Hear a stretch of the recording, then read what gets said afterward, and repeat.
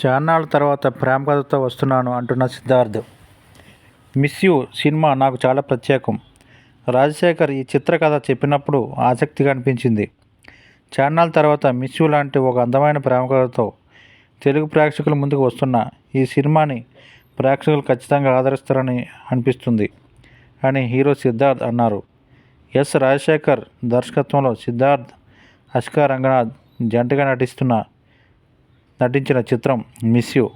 Samuel Mathews నిర్మించిన ఈ సినిమాని ఏషియన్ సురేష్ ఎల్ఎల్పి సంస్థ ఈ నెల 29న తెలుగు రాష్ట్రాల్లో విడుదల చేస్తుంది. ఈ సందర్భంగా హైదరాబాద్లో నిర్వహించిన మిస్ యూ ప్రీ రిలీజ్ వేడుకలో సిద్ధార్థ్ మాట్లాడుతూ, నేటి యువతరానికి మా మూవీ బాగా కనెక్ట్ అవుతుంది. మిస్ యూ తర్వాత నాకు మరిన్ని మంచి ప్రేమ కథలు వస్తాయి.